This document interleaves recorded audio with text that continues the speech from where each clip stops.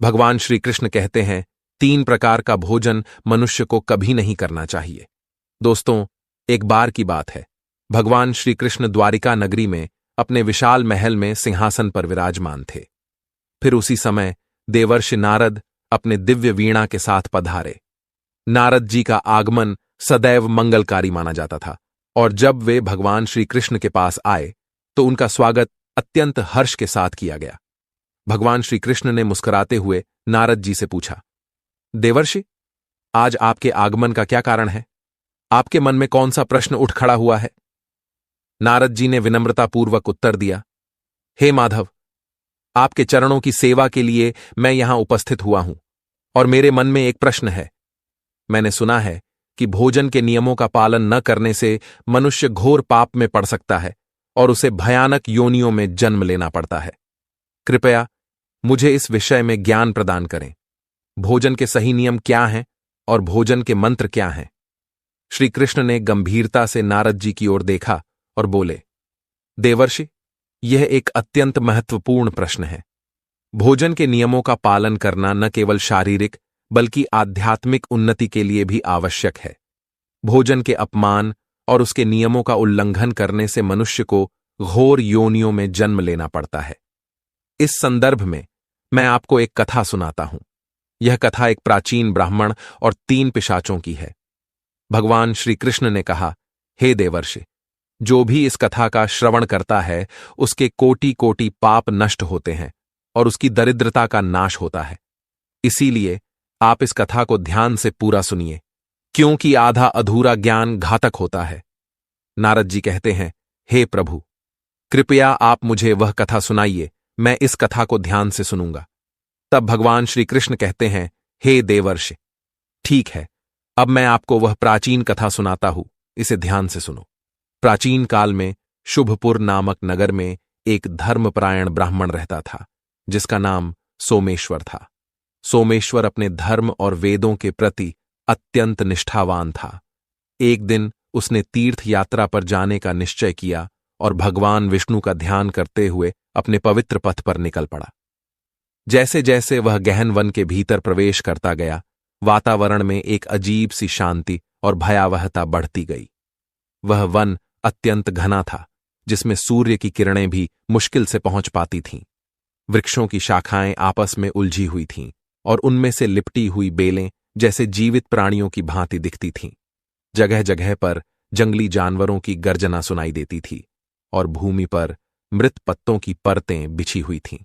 वह वन ऐसा था मानो वहां जीवन और मृत्यु के बीच एक पतली रेखा खिंची हुई हो।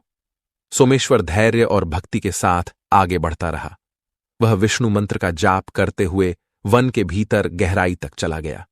अचानक उसकी दृष्टि एक विशाल पीपल के वृक्ष पर पड़ी। उस वृक्ष की शाखाएं एक विशाल नागिन की तरह फैली हुई थीं और उसकी ऊंचाई असीम प्रतीत होती थी। लेकिन उस वृक्ष पर 3 भयानक पिशाच बैठे हुए थे। वे इतने विकराल और डरावने थे कि उन्हें देखकर किसी का भी हृदय कांप जाए। तीनों पिशाचों ने जैसे ही ब्राह्मण सोमेश्वर को देखा, वे आपस में चर्चा करने लगे। उनके चेहरे पर एक भयानक हंसी फैल गई। पहला पिशाच, जिसका नाम कालरूप था, उसका शरीर हड्डियों का ढांचा मात्र था। उसकी आंखें गहरे काले रंग की थीं और उसकी नुकीली दांतों से खून टपक रहा था। उसने अत्यंत लालच से कहा, देखो देखो, यहां एक ब्राह्मण आ रहा है। आज हमारे खाने के लिए अच्छा भोजन मिला है, मैं इसे पहले खाऊंगा। दूसरा पिशाच, जिसका नाम विकराल था और उसका शरीर जलते हुए अंगारों की तरह लाल था, उसकी आंखें क्रोध और पीड़ा से भरी थीं। उसने अपनी लंबी नाखूनों को छटकाते हुए कहा, नहीं, मैं इसे पहले खाऊंगा। मैंने कितने दिनों से ऐसा स्वादिष्ट भोजन नहीं खाया है, इसका मांस मेरे लिए है। तीसरा पिशाच, जिसका नाम दुष्टक था, सबसे बड़ा और सबसे खतरनाक था। उसका पूरा शरीर काले धुएं से घिरा हुआ था और उसकी आंखों से एक विषैला हरा प्रकाश निकलता था।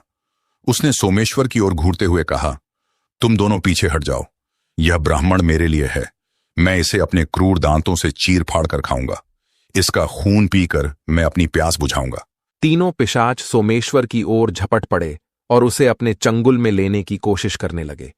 लेकिन सोमेश्वर, जो भगवान विष्णु का परम भक्त था, घबराया नहीं उसने तुरंत भगवान विष्णु का स्मरण किया और उच्च स्वर में विष्णु के मंत्र ओम नमो भगवते वासुदेवाय का जाप करने लगा। जैसे ही मंत्र की ध्वनि जंगल में गूंजी, वैसे ही तीनों पिशाचों के शरीर से भयानक धुआं निकलने लगा। उनके चेहरे पर पीड़ा और पश्चाताप के भाव प्रकट होने लगे। उन तीनों पिशाचों की प्रकृति अचानक से बदल गई। भगवान विष्णु के मंत्र को सुनते ही उनके अंदर भगवत शक्ति का वास हो गया और उनका चित्त शांत हो गया। कुछ समय पहले जो पिशाच उस ब्राह्मण को खाने की योजना बना रहे थे, वे अब शांत होकर खड़े थे। वे पिशाच कहने लगे, हे ब्राह्मण देवता, आप कौन हैं? आपके सानिध्य में आने से हमारा स्वभाव बदल गया है। हम पहले हिंसक थे, किंतु अब हमारे चित्त में शांति है। कृपया आप हमें बताइए कि आप कौन हैं और किस कारण से यहां पर आए हैं। उस ब्राह्मण ने कहा, हे पिशाचों, मेरा नाम सोमेश्वर है। मैं शुभपुर में निवास करता हूं, अभी तीर्थ यात्रा के लिए निकल हूं। उस ब्राह्मण ने उन पिशाचों से कहा, हे पिशाचों, तुम कौन हो और किस कारण से तुम्हारी ऐसी दुर्दशा हुई है? मुझे विस्तार से सब कुछ बताओ। तब पहला पिशाच कालरूप, जो पहले जीवन में वैरागपुर नगर का एक धनी व्यापारी था और उसका नाम नागेंद्र था, रोते हुए बोला, हे महान ब्राह्मण, मैंने अपने पिछले जन्म में अनेक पाप किए। मैं धन के मद में अंधा हो गया था। मैंने भोजन का सदैव अपमान किया, दूसरों का झूठा खाता था, उच्चिष्ट भोजन का सेवन करता था और दूसरों को भी वही भोजन दान में दिया करता था। मैंने भोजन करते समय कभी मंत्रों का जाप नहीं किया और सदैव भोजन का अनादर किया। इसी कारण मुझे यह भयानक पिशाच योनि मिली। फिर दूसरा पिशाच विकराल, जो अतीत में रत्नपुर का एक राजकुमार था और जिसका नाम वीरेंद्र था, उसने अपने पापों का खुलासा किया। हे ब्राह्मण देवता, मैं रत्नपुर का राजकुमार था, लेकिन मैंने अपने अहंकार के कारण भोजन के नियमों का पालन नहीं किया। मैंने भोजन को अपवित्र किया, हमेशा झूठे भोजन का सेवन किया और भोजन के पवित्र मंत्रों का कभी जाप नहीं किया। इसलिए मुझे पिशाच योनि में जन्म लेना पड़ा। तीसरा पिशाच दुष्टक, जिसका नाम पहले जीवन में सुदर्शनपुर के एक यज्ञकर्ता ब्राह्मण वसुदेव था, उसने कहा, मैं एक यज्ञकर्ता ब्राह्मण था, लेकिन मैंने यज्ञों में प्राप्त भोजन का अनादर किया। मैंने टूटी हुई पत्तलों में भोजन किया और भोजन का अपमान किया। मैंने दूसरों को भी अपवित्र भोजन का सेवन कराया और कभी मंत्रों का जाप नहीं किया। इन पापों के कारण मुझे यह भयानक योनि मिली। फिर तीनों पिशाचों ने एक साथ कहा, हे महान ब्राह्मण, आपके द्वारा किए गए विष्णु मंत्र के जाप ने हमें हमारे पापों से शुद्ध कर दिया है। अब कृपया हमें मोक्ष का मार्ग दिखाएं। सोमेश्वर ने उन तीनों को आशीर्वाद दिया और कहा, भगवान विष्णु की कृपा से तुम्हारे पाप शुद्ध हो गए हैं। अब तुम तीनों स्वर्गलोक में जा सकते हो।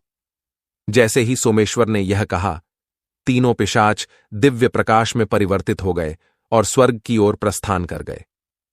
कथा समाप्त करने के बाद श्री कृष्ण ने नारद जी की ओर देखा और बोले, देवर्षि, यह कथा हमें सिखाती है कि भोजन का सदैव सम्मान करना चाहिए। भोजन करने से पूर्व मंत्रों का जाप अवश्य करना चाहिए, जिससे भोजन शुद्ध और पवित्र हो जाता है। भगवान श्री कृष्ण कहते हैं, हे देवर्षि, अब मैं तुम्हें भोजन के नियम बताता हूं, आप इसे ध्यान से सुनिए। भोजन शुरू करने से पहले थोड़ा सा अन्न भूमि पर रखना चाहिए, ताकि देवता, पशु पक्षी, सर्प, दैत्य तथा प्रेत पिशाच जो अपने कर्म बंधन से बंधे हुए हैं, उन सभी को अन्न की प्राप्ति हो। यदि भोजन करते समय कोई अतिथि आ जाए तो उसका स्वागत करे और उसे आसन देकर प्रणाम करके उसका सत्कार करे। फिर उसे श्रद्धापूर्वक भोजन कराकर विदा करे, क्योंकि जिसके घर से अतिथि निराश होकर लौट जाता है, उसे वह अपने पाप देकर उसके शुभ कर्मों को ले जाता है। श्री कृष्ण कहते हैं, मनुष्य को पिता के घर में रहने वाली विवाहित कन्या, दुखिया और गर्भ धारण की हुई स्त्री तथा वृद्ध को भोजन कराने के बाद ही भोजन करना चाहिए। इन सभी को भोजन कराए बिना जो स्वयं भोजन ग्रहण करता है, उसका भोजन पापमय बन जाता है। ऐसा व्यक्ति नरक में ही जाता है। जो स्नान किए बिना ही भोजन करता है, उसका भोजन मल भक्षण के समान हो जाता है। जो बालक एवं वृद्ध आदि के हिस्से का भोजन करता है, उसका भोजन विष्ठा के समान हो जाता है। और जो बिना दान किए ही भोजन ग्रहण करता है, उसका भोजन विष के समान बन जाता है। मनुष्य को कभी भी दुराचारी व्यक्ति द्वारा दिया गया अथवा दूसरों द्वारा अपमानित करके दिया गया भोजन कभी भी ग्रहण नहीं करना चाहिए। मनुष्य को चाहिए कि परोसे हुए भोजन का अग्रभाग अग्नि को देकर ही भोजन करना चाहिए। भोजन को एकाग्र चित्त होकर करना चाहिए। प्रथम मीठा, फिर लवण और खट्टा और अंत में कटु एवं तीखे पदार्थों का सेवन करे। प्रथम 3 निवाले मौन होकर ग्रहण करने चाहिए। ऐसा करने से व्यक्ति के सभी पाप कर्म तुरंत नष्ट हो जाते हैं और भगवान की कृपा से उसे जीवन भर कभी अन्न की कमी महसूस नहीं होगी। श्री कृष्ण कहते हैं, पूर्व दिशा में बैठकर भोजन करने से व्यक्ति रोगों से और मानसिक तनाव से मुक्त हो जाता है। बीमार बुजुर्गों को पूर्व की ओर मुख करके भोजन अवश्य करना चाहिए। इससे उनके स्वास्थ्य में सुधार होता है, क्योंकि पूर्व दिशा उगते हुए सूर्य की दिशा है और सूर्य देव बल, आरोग्य तथा दीर्घायु प्रदान करते हैं। विद्या की अभिलाषा रखने वाले मनुष्य को उत्तर दिशा की ओर मुख करके भोजन करना चाहिए। यह दिशा देवी सरस्वती की दिशा है। ध्यान रहे, दक्षिण दिशा की ओर मुख करके भोजन न करे, यह मृत्यु की दिशा होती है। इस दिशा में मुख करके भोजन करने से आयु कम होती है। टूटे फूटे बर्तनों में भोजन नहीं करना चाहिए, यह दुर्भाग्य को निमंत्रण देता है। भोजन हमेशा स्वच्छ थाली में ही करना चाहिए। गंदी थाली में भोजन करने से जीवन में दुर्भाग्य आता है। एकादशी के दिन तामसिक अन्न का सेवन न करे। जो मनुष्य एकादशी के दिन तामसिक अन्न अर्थात मांस का सेवन करता है, लक्ष्मी उसे छोड़कर चली जाती है। भोजन का अपव्यय करना अनर्थ माना गया है, इसीलिए थाली में जितना आवश्यक हो उतना ही भोजन ले। अगर कोई व्यक्ति साथ में भोजन कर रहा हो तो उसका भोजन समाप्त होने तक उठकर नहीं जाना चाहिए। इससे पितृदेव नाराज हो जाते हैं। भोजन के बाद थाली में हाथ धोना अनुचित माना गया है। थाली में हाथ धोने से अन्न का अपमान होता है। भोजन के बाद थाली में हाथ धोने वाले लोग नीच योनि में जन्म लेते हैं। सबसे महत्वपूर्ण बात ध्यान रहे कि व्यक्ति को बिस्तर पर बैठकर कतई भोजन नहीं करना चाहिए। ऐसा करने से व्यक्ति कई प्रकार के रोगों से ग्रसित हो सकता है। भोजन केवल जमीन पर आसन बिछाकर उस पर बैठकर ही करना चाहिए। भोजन करते समय दिशाओं का ध्यान रखना बहुत ही आवश्यक होता है। यदि गलत दिशा में बैठकर अथवा गलत दिशा में मुख करके भोजन करने से व्यक्ति को उसके अनिष्टकारक परिणाम प्राप्त होते हैं। भगवान श्री कृष्ण कहते हैं, जिस भोजन के ऊपर से कोई पैर रखकर चला गया हो अथवा कोई व्यक्ति भोजन को लांघ कर गया हो तो ऐसे भोजन को कभी खाना नहीं चाहिए। ऐसा भोजन अशुद्ध हो जाता है। ऐसे भोजन को पशुओं को खिला देना चाहिए। दूसरों के द्वारा लांघा गया भोजन खाने से मनुष्य की आयु कम हो जाती है और उसके शरीर में भिन्न भिन्न प्रकार के रोग उत्पन्न होते हैं। यदि भोजन में बाल निकल आता है तो ऐसा भोजन त्याग्य हो जाता है। यदि अन्न में बाल निकलता है तो उसे ईश्वर को कभी प्रसाद के रूप में नहीं चढ़ाना चाहिए और ना ही स्वयं खाना चाहिए। ऐसा भोजन प्रेतों को प्राप्त हो जाता है। श्री कृष्ण कहते हैं, मनुष्य को दूसरों के लिए परोसा हुआ भोजन भी नहीं खाना चाहिए। जो मनुष्य दूसरों का भोजन छीन के खाता है अथवा किसी को बिना दिए ही स्वयं उस अन्न का उपभोग करता है, उसे देवी अन्नपूर्णा रुष्ट हो जाती है। भोजन सभी में बांटकर खाना चाहिए। दूसरों के हिस्से का भोजन करने से मनुष्य के पुण्य कर्म नष्ट हो जाते हैं। पवित्र आसन पर बैठकर अपने पैरों को भूमि पर रखकर पूर्व की ओर सूर्याभिमुख होकर अन्न ग्रहण करना ही सर्वोत्तम माना गया है। पूर्वाभिमुख होकर भोजन करने से यश की प्राप्ति होती है और उत्तर की ओर मुख करके भोजन करने से सत्य की प्राप्ति होती है। दोनों हाथ, दोनों पैर तथा मुख को पानी से धोकर ही भोजन करना चाहिए। भोजन के पात्र को भूमि पर रखकर अन्न ग्रहण करना ही सर्वश्रेष्ठ माना गया है। शास्त्रों में इस प्रकार के भोजन को उपवास के समान बताया गया है। मनुष्य को क्रोध रहित होकर भोजन करना चाहिए। क्रोध की अवस्था में भोजन करने से भोजन का अपमान होता है और कई व्याधियां उत्पन्न होती हैं।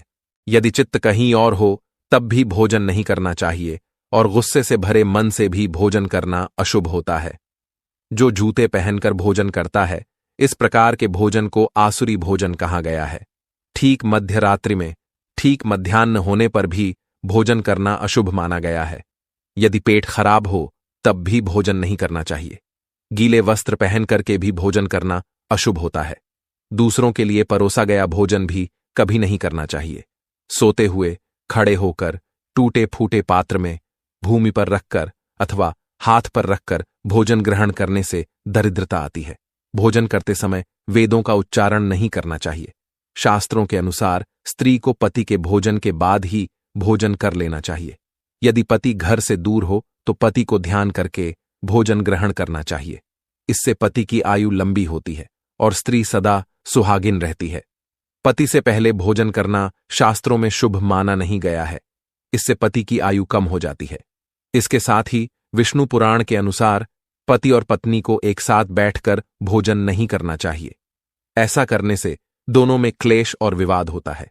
अंधकार में अथवा आकाश के नीचे बैठकर भोजन नहीं करना चाहिए। भोजन करते समय सिर पर छत अथवा वृक्ष की छाया अवश्य होनी चाहिए। केवल एक वस्त्र पहनकर भी भोजन करना अनुचित होता है, अथवा नग्न अवस्था में भोजन ग्रहण करना अशुभ होता है। इससे जीवन में दुर्भाग्य आता है। सवारी पर बैठकर अर्थात किसी वाहन में बैठकर भी भोजन ग्रहण करना अनुचित होता है। साथ ही शैया पर बैठकर भोजन करने से व्यक्ति की आयु कम हो जाती है। हंसते हुए अथवा रोते हुए भोजन करना अनिष्टकारक होता है। इससे गले में अन्न फंसकर प्राण जाने का भी खतरा बना रहता है। भगवान श्री कृष्ण कहते हैं, हे देवर्षि, इस प्रकार से मैंने तुम्हें भोजन करने के संबंध में महत्वपूर्ण नियम बताए हैं। तब नारद जी ने श्री कृष्ण से पूछा, हे माधव, कृपया मुझे वह मंत्र बताइए जिसे भोजन से पहले जाप करना चाहिए। श्री कृष्ण ने उत्तर दिया, हे नारद, यह मंत्र अत्यंत सरल है, परंतु इसका प्रभाव अपार है। भोजन करने से पहले इस मंत्र का जाप करना चाहिए। ओम सह नाववतु सह नौ भुनक्तु सह वीर्यम करवावह तेजस्विनावधीतमस्तु मां विद्विषावह। ओम शांति शांति शांति। इस मंत्र का अर्थ है कि भगवान हमें एक साथ पोषण करें, हमें साथ साथ शक्ति दें और हमें ज्ञान प्रदान करें। हमारे बीच कोई वैमनस्य न हो। नारद जी ने श्री कृष्ण को धन्यवाद दिया और प्रणाम किया। उन्होंने यह मंत्र और भोजन के नियमों को मन में दृढ़ कर लिया और प्रसन्नता से अपने अगले कार्य की ओर बढ़ चले। इस प्रकार भोजन का सही तरीके से सेवन करने का महत्व नारद जी के माध्यम से तीनों लोकों में फैल गया। तो दोस्तों, इस प्रकार से भगवान श्री कृष्ण ने देवर्षि नारद को भोजन करने का महत्व बताया है। आपको यह कथा कैसी लगी कमेंट करके अवश्य बताएं।